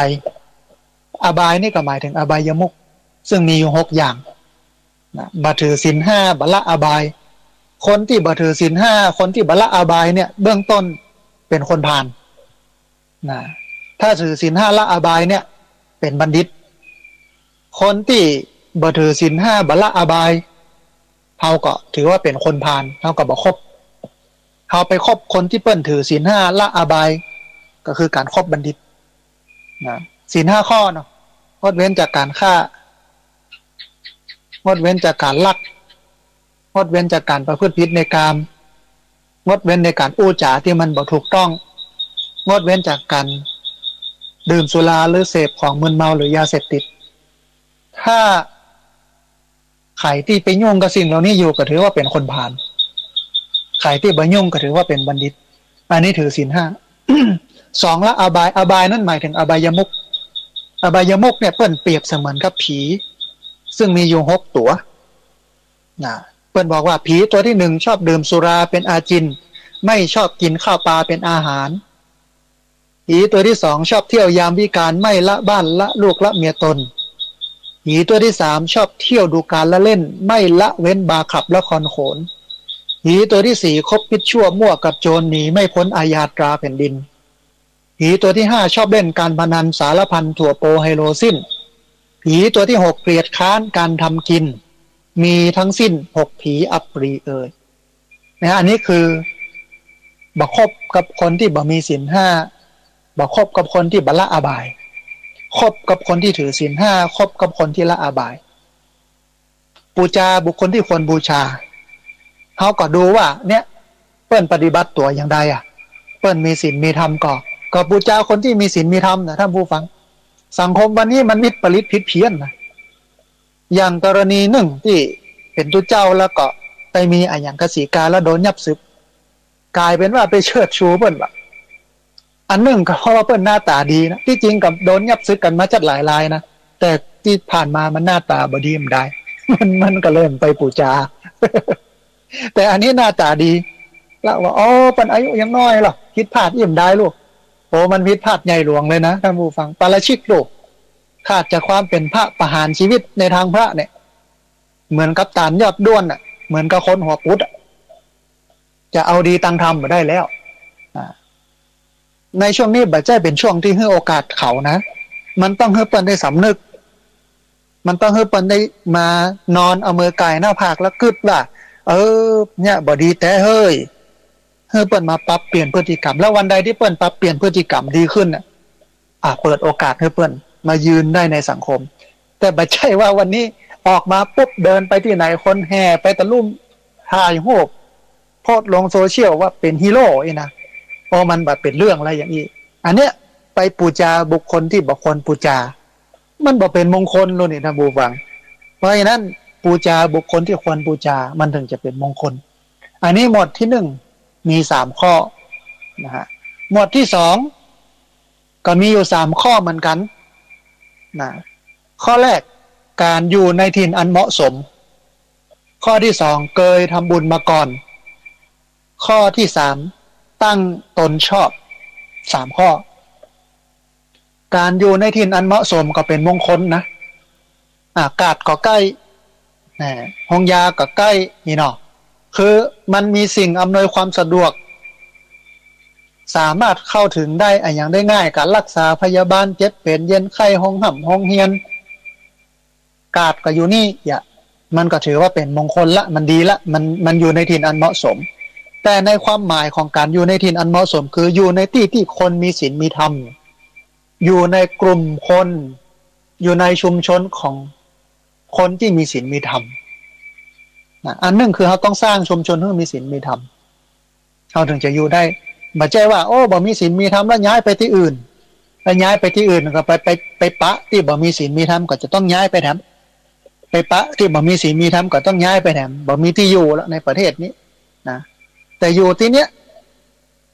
แต่ก็สร้างสังคมให้มันเป็นสังคมคุณธรรมให้คนที่มีศีลมีธรรมอยู่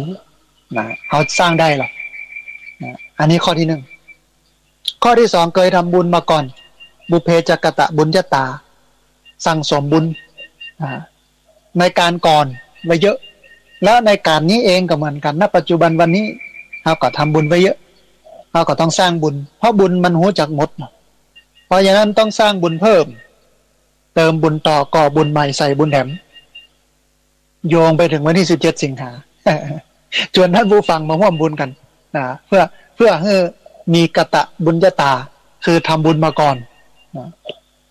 อันที่3ตั้งตนชอบตั้งตนอยู่ในศีลกินในธรรมในทางที่มันถูกต้องถือศีล5ละอบาย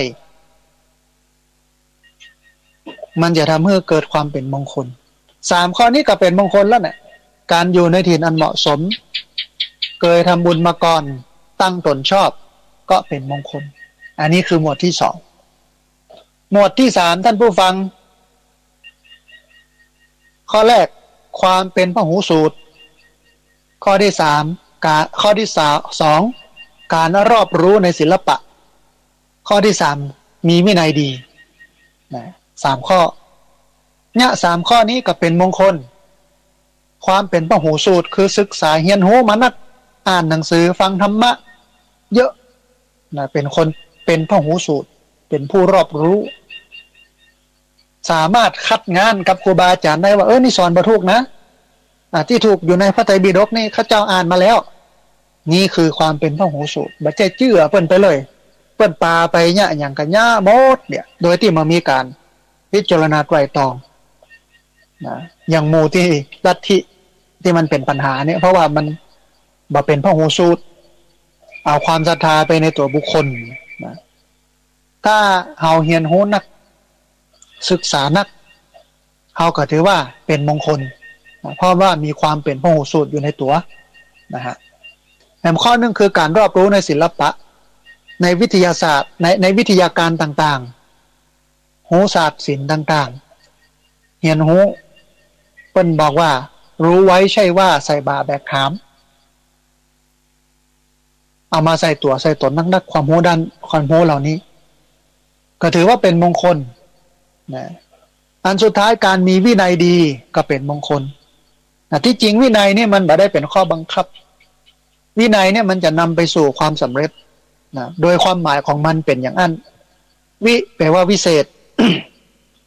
แปลว่าแจ้งแปลว่าต่างวิเนี่ยสามความหมายวิเศษแจ้งต่างนัยยะแปลว่านำไปวินัยแปลว่านำไปวิเศษนำไปแจ้งนำไปต่างนำไปในทางดีอะถ้าเราปฏิบัติตัวให้มีวินัยเราก็จะเดินทางเราก็จะมุ่งตรงไปสู่ความดีความสำเร็จได้เร็วมันเป็นเครื่องช่วยให้เกิดความสำเร็จอันนี้ก็เป็นมงคลเราเป็นคนที่มีวินัยจัดการจัดงานเป็นระบบระเบียบมีเป็นยะเป็นอย่างก็ถือว่าเป็นมงคลอันนี้หมวด3นะฮะแถมหมวด1ด้านผู้ฟังมีอันหนึ่งคือกล่าววาจาอันเป็นสุภาษิตหมวด3นี่มี4ข้อ1ความเป็นพหูสูตร2การรอบรู้ในศิลปะ3การมีวินัยดีแล้วก็4การกล่าววาจาอันเป็นสุภาษิตคำอู้นี่สำคัญท่านผู้ฟังนะคำอู้เนี่ยจะสามารถสร้างสรรค์ให้เกิดความดีความงามก็ได้ให้เกิดความย่ำแย่ตกต่ำลำบากความแตกแยกความขัดแย้งก็ได้คำอู้นี่นะฮะเพราะฉะนั้นกล่าววาจาอันเป็นสุภาษิตนี่คือกล่าวกรรมดีกล่าวกรรมสร้างสรรค์กล่าวกรรมจริงนะที่จริงพุทธศาสนาก็มีหลักการการใช้คำอู้เนาะว่าสิ่งไหนที่เป็นประโยชน์อู้ไปแล้วบ่เกิดโทษอู้ไปเลยสิ่งไหนที่เป็นประโยชน์อู้ไปแล้วมันเกิดโทษก็บ่อู้มี2อย่างบ่ต้องไปนับถึงว่าอันไหนที่บ่เป็นประโยชน์ก็บ่ควรอู้นะที่มันเป็นบ่เป็นประโยชน์นี่บ่ต้องอู้เอาแค่2ข้อนี้ท่านผู้ฟังมันเป็นประโยชน์แล้วมันถ้าอู้ไปแล้วมันเกิดการสร้างสรรค์มันเกิดความดีความงามขึ้นก็อู้ไปเลยแต่ถ้าอันไหนมันเป็นประโยชน์จริงแต่ว่าถ้าอู้ไปแล้วมันจะเกิดความแตกแยกเกิดความขัดแย้งเกิดปัญหาขึ้นมาก็งดอู้นะแต่คนทั้งวันนี่มันอู้ไปเลย ก็ฟ้องร้องกันเนี่ยเรื่องความหมิ่นประมาทพ้องเรื่องนั้นเรื่องนี้เกิดความเสียหายกันนะฮะมันตึงแต่อย่างที่เปิ้นว่านะเพราะฉะนั้นมงคลข้อที่3เนี่ยมีอยู่3อย่างมงคลในความเป็นพหูสูตรคือคนที่ศึกษาเรียนรู้มานักอันที่2คือการรอบรู้ในศิลปะเป็นคนที่มีทั้งศาสตร์ทั้งศิลป์นะอันที่3เป็นคนที่มีวินัยดีเพราะวินัยนั้นนำไปสู่ความเจริญนำไปสู่ความสำเร็จเป็นเครื่องมือช่วยเพื่อนำไปสู่ความเจริญเพื่อนำไปสู่ความสำเร็จอันที่4การกล่าววาจาอันเป็นสุภาษิต4ข้อนี้ก็เป็นมงคลเท่านี้ประจำเป็นไปต้องกราบไผ่ไปต้องไปสักการะบูชาไผ่นะโหปั้นเคารพสักการะเทพพรหมยมยักษ์ท้าวเวสสุวรรณต้องไปไหว้ไปกราบต้องไปยุ่งไปสดเท่านี้เนี่ยความเป็นมงคลมันก็เกิดแล้วนะหมวดที่4ท่านผู้ฟังมีอยู่4ข้อเหมือนกันแต่เน้นที่บุคคลรอบข้างบุคคลใกล้ชิดมีอย่างพ้องการบำรุงบิดามารดาอันนี้สำคัญแค่เฮาพ่อกอยพ่อแม่เฮาดูแลพ่อแม่เฮาก็เป็นมงคลบางคนเนี่ยพ่อแม่ติดเตียงพ่อแม่เฒ่าบ่มีเวลาไปอย่างเลยแต่มีเวลาดูแลพ่อแม่ถือว่าเป็นช่วงดีนาทีทองนะเป็นช่วงที่เฮาจะตอบแทนท่านได้ดีที่สุดเพ ราะว่าเฮาน้อยๆอยู่ตอนที่เฮาเกิดใหม่เปิ้นก็พ่อเฮา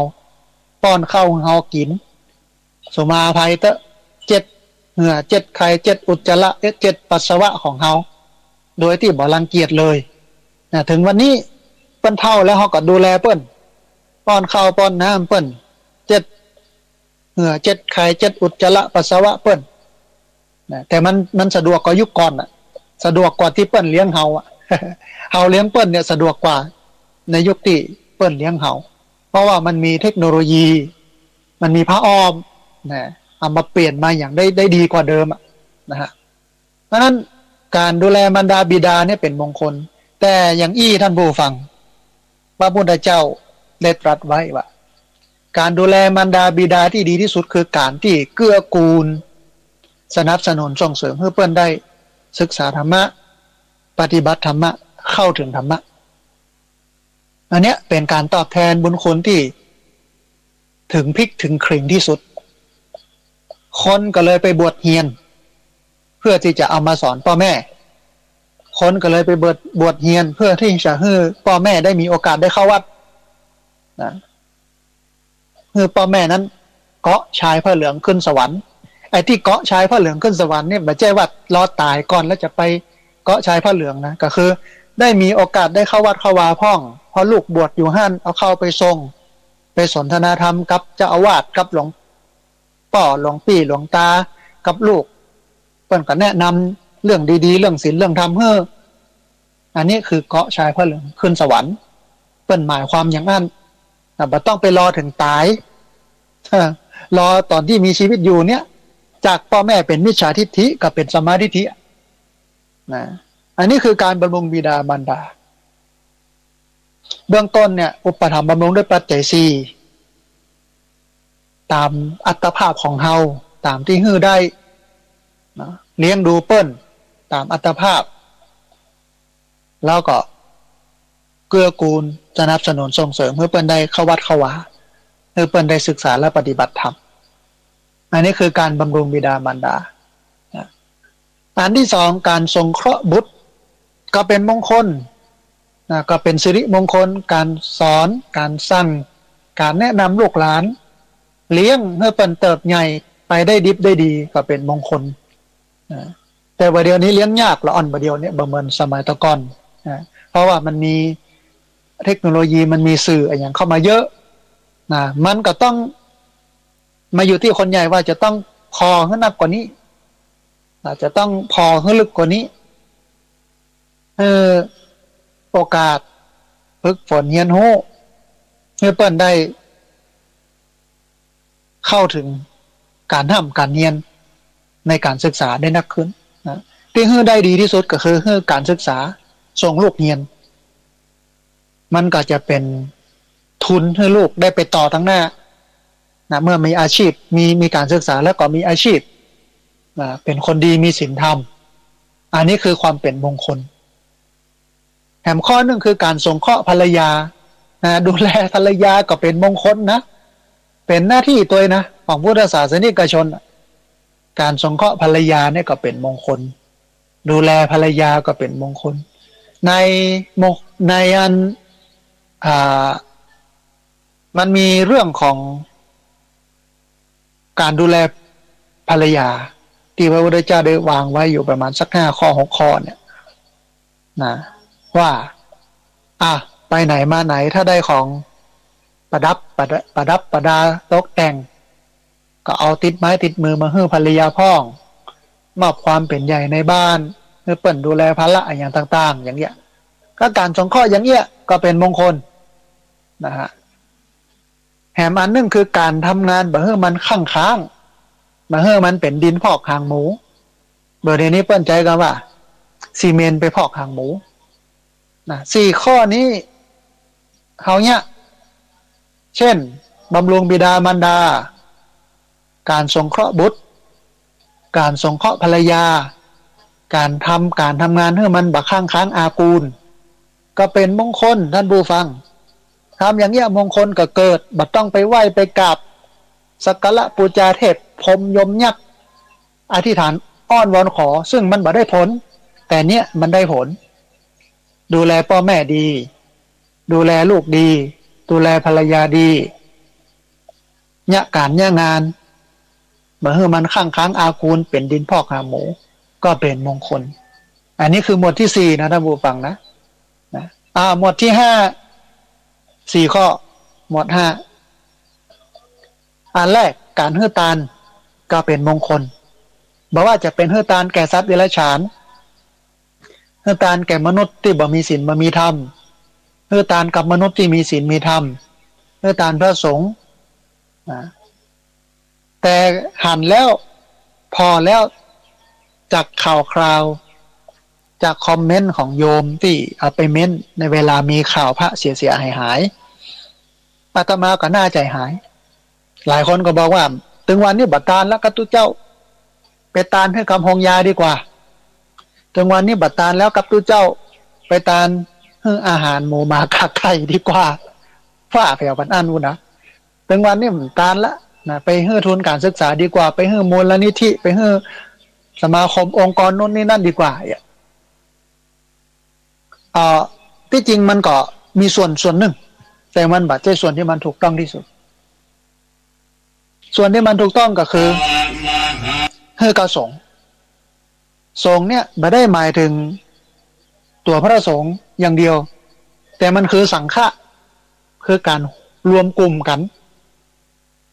และเกิดประโยชน์เท่ากับพ่อกันว่าองค์กรไหนที่ฮือไปแล้วมันเกิดประโยชน์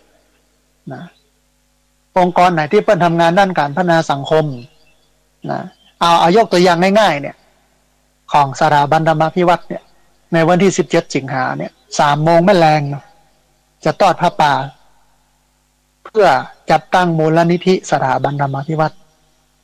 ซึ่งใช้งบประมาณอยู่ประมาณ 200,000 กว่าบาทในการจัดตั้งถ้าได้วันนั้นก็ไปจัดตั้งวันนั้นถ้าบัดได้ก็หอมไว้ก่อนเดี๋ยวก็เสาะหามาเติมเมื่อมันเต็มเอาไปให้มันได้อันนี้คือองค์กรสาธารณประโยชน์นะที่ทำประโยชน์ให้กับผู้คนเขาก็มาห่วมหอมตันนี้ได้คือมองว่าสังฆะเนี่ยหมายถึงองค์กรที่เป็นประโยชน์ต่อสังคมทำประโยชน์ให้ประโยชน์การต้านอย่างเงี้ยก็เป็นการต้านที่เกิดมงคลแต่ว่าเหนือสิ่งอื่นใดที่มันซ่อนอยู่การต้านก็คือการสละความโลภความตนีทีเหนียวความหวงแหนออกจากตัวเก่านะเมื่อต้านแล้วก็รู้สึกสละรู้สึกคัดเกลารู้สึกบัตนีทีเหนียวอันนี้มันถึงจะถูกนะบัจเจ้ฮื้อตานแล้วมันจะร่ำรวยฮื้อตานแล้วจะรุ่งเรืองอันนั้นไปเห็นต่างนึงแต่ตานแล้วสละมันเบาใจมันได้ฮื้อมันได้แบ่งปันมันได้เกื้อกูลกิเลสมันถูกคัดเกลาอันนี้ถูกต้องเป็นมงคลนะฮะอันที่สองการประพฤติธรรมซึ่งอยู่ในหมวด5เนาะการประพฤติธรรมก็เป็นมงคลท่านผู้ฟังการปฏิบัติธรรมก็เป็นมงคลอันที่สามการสงเคราะห์ญาติบอกว่าจะเป็นญาติฝ่ายตัวเก่าว่าจะเป็นญาติฝ่ายภรรยาก็เป็นมงคลอันที่สี่การทำงานไม่มีโทษคือสุจริตถูกต้องตามทำนองครองธรรมตามศีลธรรมก็เป็นมงคลอันนี้คือหมวดที่ห้าความเป็นมงคลจะเกิดได้ก็ต่อเมื่อเฮาฮื้อตานโดยสละความโลภความตนีทีเหนียวความยึดติดออกจากตัวเก่าการประพฤติธรรมการสงเคราะห์ญาติแบบว่าจะเป็นญาติตัวเก่าบอกว่าจะเป็นญาติสามีภรรยาการทำงานที่มันบ่มีโทษถึงแม้มันจะเป็นอาชีพที่มันดูว่ามันต่ำต้อยแต่ถ้าทำแบบสุจริตทำด้วยดีมันก็เป็นสิ่งที่สูงส่งได้มันเหมือนอาชีพที่มันสูงส่งแล้วกันเนี้ยบดีทุจริตคดโกงนั้นก็เป็นอาชีพที่ต่ำไม่เป็นมงคลความเป็นมงคลจะเกิดขึ้นได้ก็มี4 ข้อนี่ครับฮื้อตานประพฤติธรรมสงเคราะห์เครือญาติทำงานที่มันบ่มีโทษขยายแหมน้อยหนึ่งการปฏิบัติธรรมการปฏิบัติธรรมนั้นแบบจำเป็นต้องไปนุ่งขาวห่มขาวแล้วก็ไปอยู่ในวัดไปเดินจงกรมนั่งสมาธิ แต่มันสามารถอยู่ได้ในวิถีชีวิตนี้นะเพราะน้องว่าเอาธรรมะมาใช้ในชีวิตประจำวัน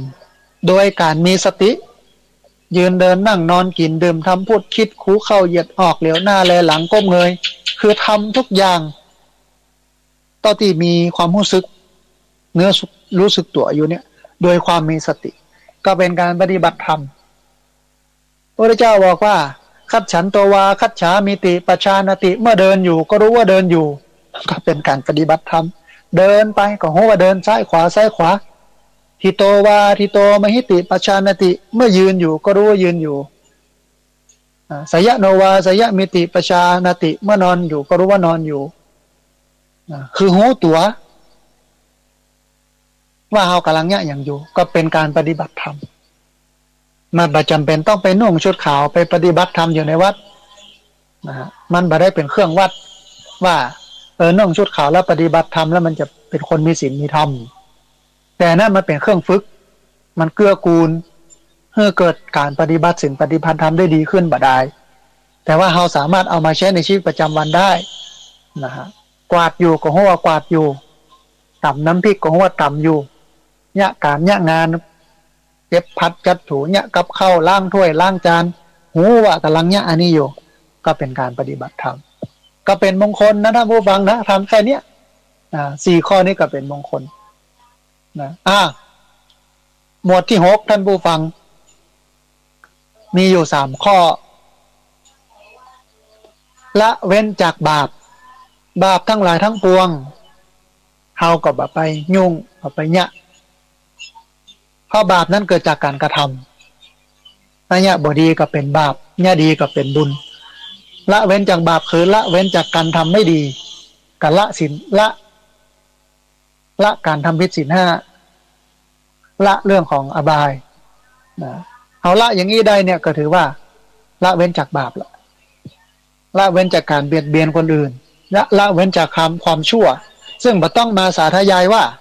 ความชั่วมันเป็นอย่างไรพ้องมันมีอย่างพ้องเฮาฮู้ล่ะนะแต่ปัญหาคือดีชั่วรู้หมดแต่มันอดไม่ได้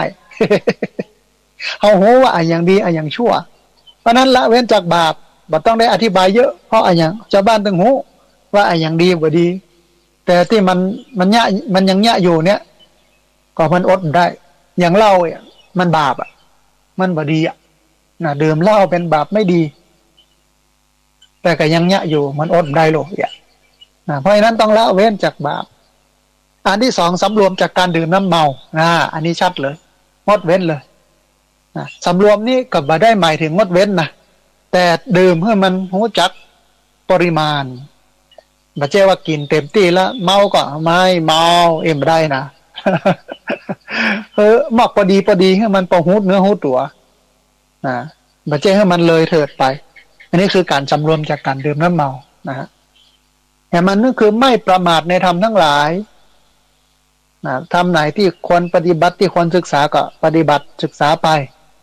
ทำอย่างนี้ก็เป็นมงคลท่านผู้ฟังในหมวดที่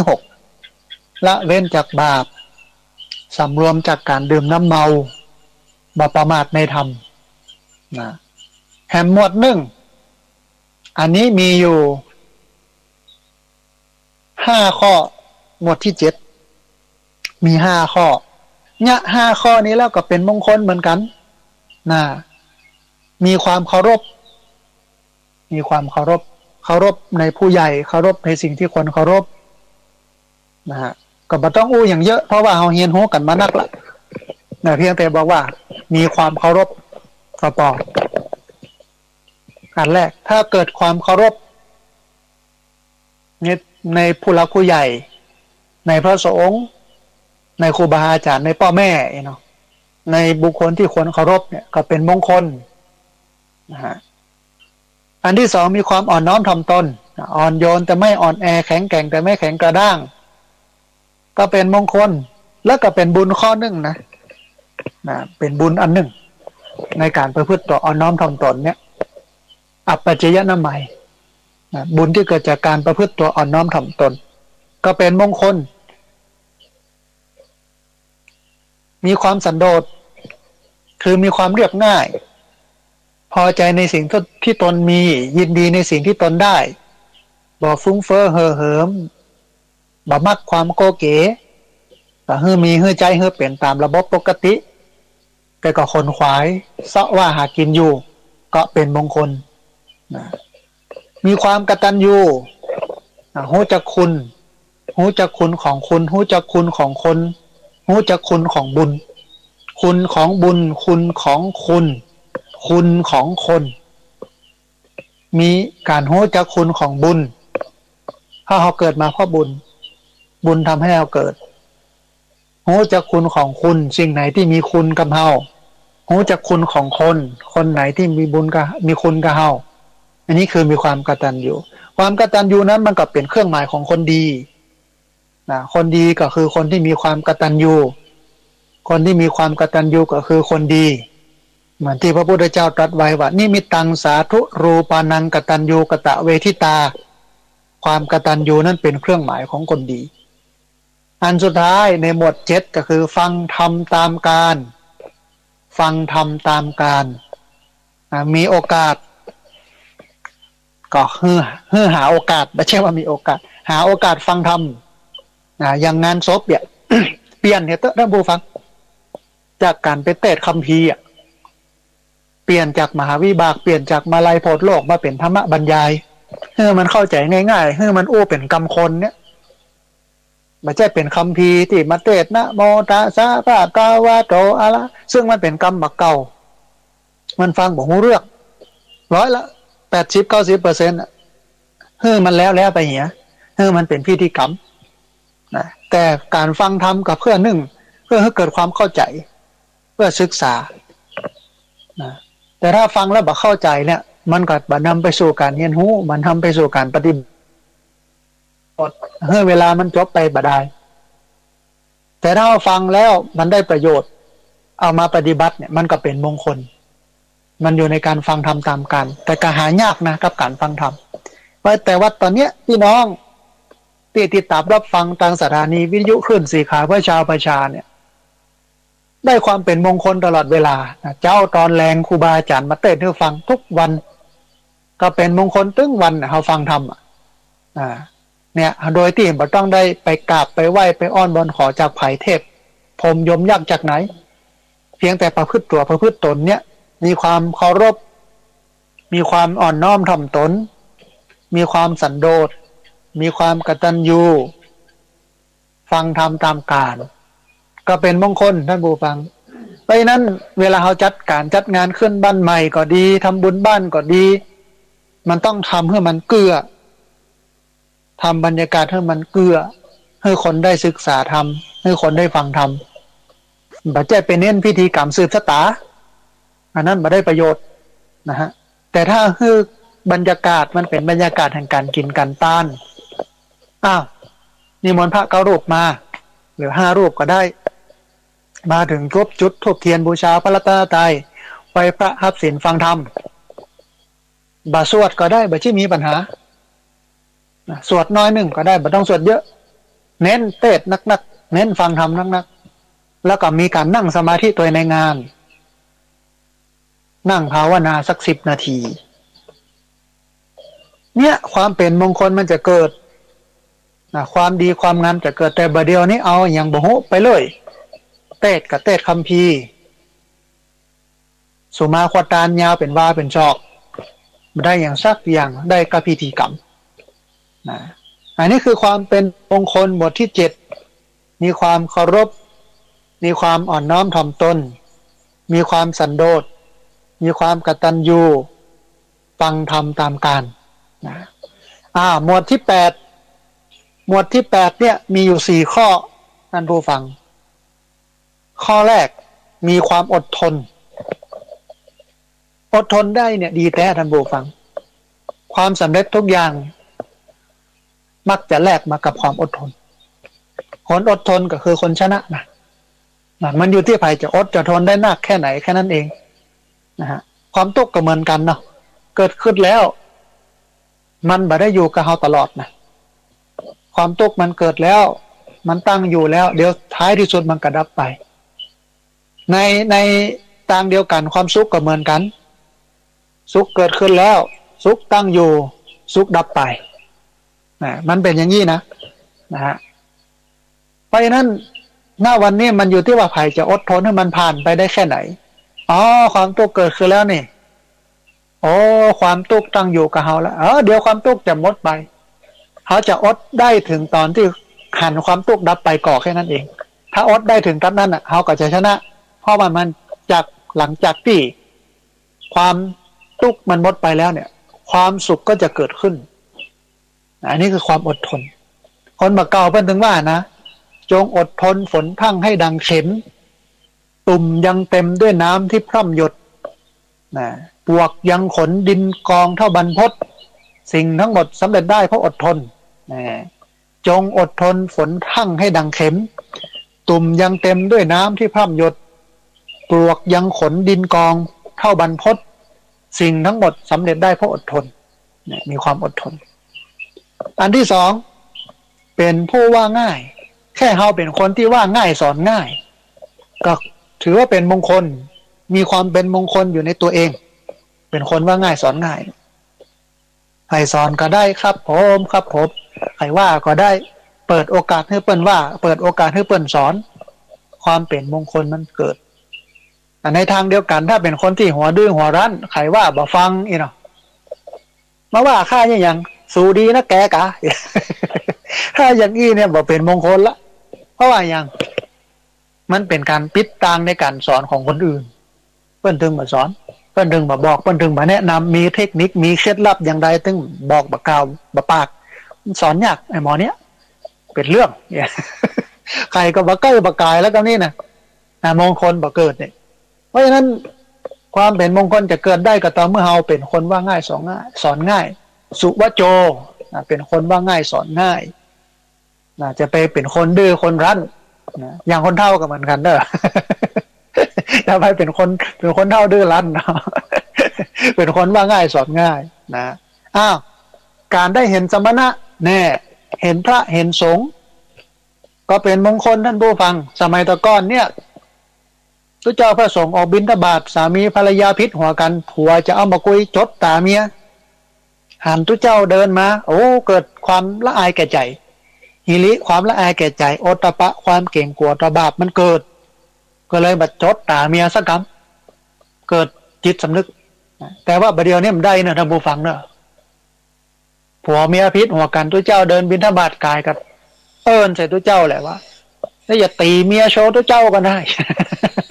มันเป็นอย่างนั้นนะแต่แค่เห็นสมณะก็เป็นมงคลสมนานันจะทัศนังเอตัมมังคารมุตตมังการเห็นนักบวชเป็นมงคลไม่ใช่ว่าแบกปืนแบกเบ็ดจะไปต้าน้ำจะไปห้วยไปหนองคลองบึงจะไปป่าไปปะทุเจ้าคืดเลยตัวคืดมาแล้วไม่ใช่นะก็มันเป็นการเตือนสติว่าแบบเบียดเบียนจะไปเนี่ยสิ่งที่มันบ่ดีนะอันนี้คือการเป็นมงคลนะฮะอันที่สี่ในหมวดที่8สนทนาธรรมตามการสนทนาธรรมตามการปะกันเมื่อใดเนี่ยไม่ใช่ว่ามัวแต่จะไปเล่าขวัญกันท่านผู้ฟัง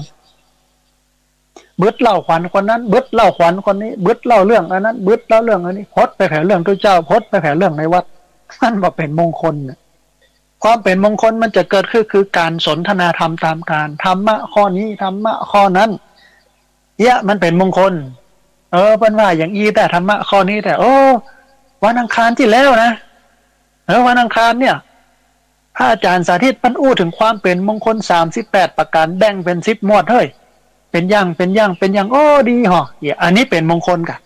สนทนาธรรมตามการแต่ปะกันเบอร์อะไรพอเนี่ยนั้นเหรอพ่อปูนั้นเหรอมันเป็นอย่างมันเป็นมงคลเพราะฉะนั้นความเป็นมงคลจะเกิดขึ้นได้ก็ต่อเมื่อมีความอดทนเป็นผู้ว่าง่ายสอนง่าย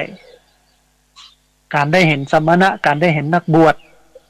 แล้วก็การสนทนาธรรมตามการอันนี้คือหมวดที่8นะฮะหมวดที่9ท่านผู้ฟังหมวดที่9นี้มีอยู่4ข้อมีอยู่4ข้ออันแรกการบำเพ็ญตบะก็คือการฝึกตัวเก่า เมื่อมีความหูว่าอย่างดีบ่ดีมีความยับยั้งชั่งใจอย่างที่เคยบอกท่านผู้ฟังว่า มากกว่ารู้ดีรู้ชั่วก็คือการรู้จักระงับยับยั้งชั่งใจตนเองอันนี้เป็นสิ่งที่สำคัญที่จริงหัวหมดนะว่าอย่างดีว่าอย่างชั่วแต่ว่ามันดีชั่วรู้หมดแต่มันอดไม่ได้ว่าอย่างนั้นการบำเพ็ญตบะจะเกิดขึ้นหรือทำให้เกิดความเป็นมงคลขึ้นก็ต่อเมื่อเฮามากกว่ารู้ดีรู้ชั่วรู้ทั่วไปคือการรู้จักระงับยับยั้งชั่งใจตนเองนะคือมีการยับยั้งชั่งใจตัวเก่าก่อนจะเนี้ยก็ต้องพิจารณาถึงผลดีผลเสียเนี่ยความเป็นมงคลเกิดแล้วเนี่ยนะยับยั้งชั่งใจตนเองนะแห่งอันนั้นคือการประพฤติพรหมจรรย์อย่างน้อยก็ช่วงชีวิตหนึ่งนะเดี๋ยวช่วงเข้าพรรษาที่จะถึงนี้3 เดือนนะ12 วันพระ4 3 12นี่เนาะเพราะว่าเดือนหนึ่งมีวันพระ4 วันอาทิตย์ละครั้ง3 เดือนกับ12 ครั้งกับถือศีล8พรหมจรรย์ทุกวันพระไปปฏิบัติธรรมไปนอนวัดไปถือศีลปฏิบัติธรรมยกระดับชีวิตจากศีล5เป็นศีล8ให้มันสูงขึ้นก็เป็นมงคลการไปปฏิบัติประพฤติพรหมจรรย์เพราะว่าศีล8นี่เป็นศีลพรหมจรรย์ มันงดเว้นจากการเสพกามแต่ศีล5เนี่ยเสพกามได้อยู่กับกามได้แต่ศีล8เนี่ยมันบ่เสพกามเอาบ่เสพกามสักพรรษาหนึ่ง12 วัน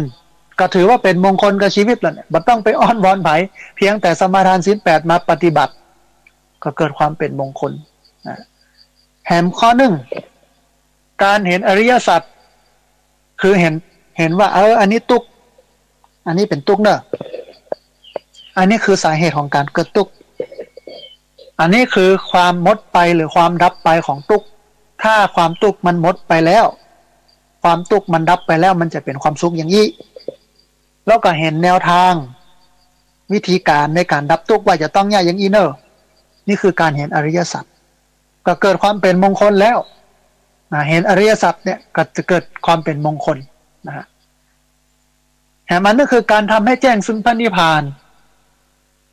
ต้องบอกท่านผู้ฟังก่อนว่าจะนิพพานได้ก็ต่อเมื่อปล่อยวางจะปล่อยวางได้ก็ต่อเมื่อเฮาหันไตรลักษณ์หันกันหันความเป็นอนิจจังหันความเป็นทุกขังหันความเป็นอนัตตาหันไตรลักษณ์ชัดเราจะแจ้งนิพพานเพราะว่าเมื่อเราเห็นไตรลักษณ์แล้วว่ามันบ่เที่ยงแท้แน่นอนเกิดขึ้นตั้งอยู่ดับไปเป็นอนิจจังบ่มั่นบ่เที่ยงทุกขังทนอยู่ในสภาพเดิมได้ยากอนัตตาบ่ใช่ตัวบ่ใช่ตนบ่สามารถบังคับบัญชาได้หันอย่างเอี้ยชัด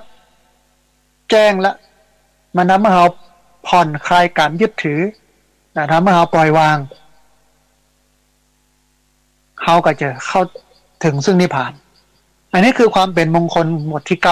9มีอยู่4 ข้อข้อแรกคือการบำเพ็ญตบะข้อที่2คือการประพฤติพรหมจรรย์ข้อที่3คือการเห็นอริยสัจข้อที่4คือการทำให้แจ้งซึ่งพระนิพพานหมวดสุดท้ายท่านผู้ฟังคือหมวด10มีอยู่4 ข้อมีอยู่4 ข้ออันแรกมีจิตบ่หวั่นไหวในโลกกระทำโดยเฉพาะโลกกระทำฝ่ายลบรวมไปจนถึงโลกกระทำฝ่ายบวกโดยโลกกระทำคือธรรมที่มันเกิดขึ้นกับโลกธรรมที่เกิดขึ้นกับมนุษย์ทุกผู้ทุกนามมีทั้งบวกทั้งลบมีทั้งดีและไม่ดีฝ่ายดีก็มีอยู่4ฝ่ายบดีก็มีอยู่4ฝ่ายดีมันทำให้ใจฟูใจลอยใจดีฝ่ายบดีมันทำให้ใจล่มจมใจสลายแต่ถ้าเอาใจเป็นกลางดีบดีมาเลยเฮารับได้ไม่หวั่นไหวไม่ยินดียินร้ายอะไรในโลกนี้จะได้เฮาเข้าถึงซึ่งความเป็นมงคลความเป็นมงคลเกิดเพราะว่าจิตไม่หวั่นไหวในโลกกระทำโลกกระทำฝ่ายบวกมีลาภมียศมีสุขมีสรรเสริญเวลามีลาภมียศมีสุขมีสรรเสริญเนี่ยเฮาม่วนอกม่วนใจเฮาสบายใจมีลาภสักการะเงินทองมียศมีตำแหน่งมีสุข มีความสบาย ร่างกายแข็งแรงจิตใจสบาย มีสรรเสริญมีคนมาเยินยอมีคนมาชื่นชมเขาก็เป็นสุข อ้าวแต่ถ้าเป็นโลกกระทำฝ่ายลบเสื่อมลาภจากคนที่มั่งคั่งเงินทองมั่งมีเงินทอง